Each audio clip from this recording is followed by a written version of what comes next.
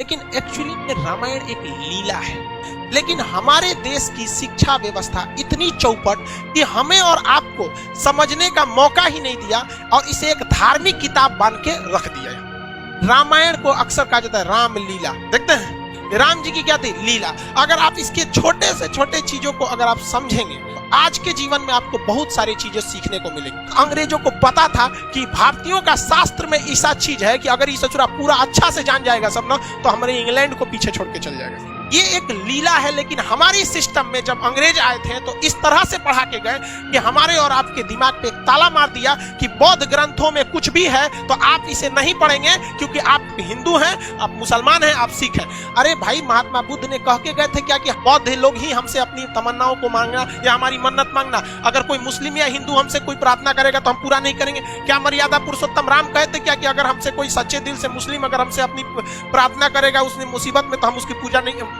प्रार्थना को नहीं सुनेंगे, कहेंगे भाग तू मुस्लिम है।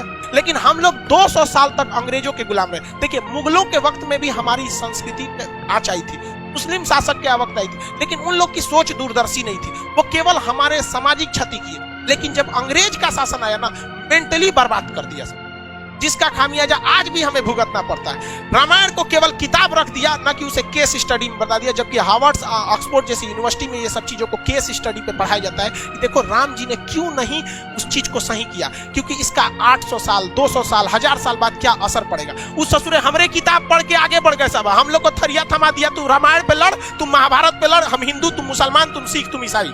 लेकिन आज भी हम लोग नहीं समझते इस चीज को। लेकिन हमारे अंग्रेजों ने ये बर्बाद कर दिया। आज किसी मुसलमान को कहिएगा ना रामायण की तुम्हें पाठ सुनाते, नहीं सुनेगा। और इवन कि आपको अगर कोई कुरान की बात सुनाएगा तो आप अगर दूसरे धर्म के तो आप भी नहीं करेंगे। ये कोई किसने ये जहर बोया हमारे अंदर। लेकिन आज भी हम लोग नहीं समझते इस चीज को। आज भी आप लोग समझिए इस चीज।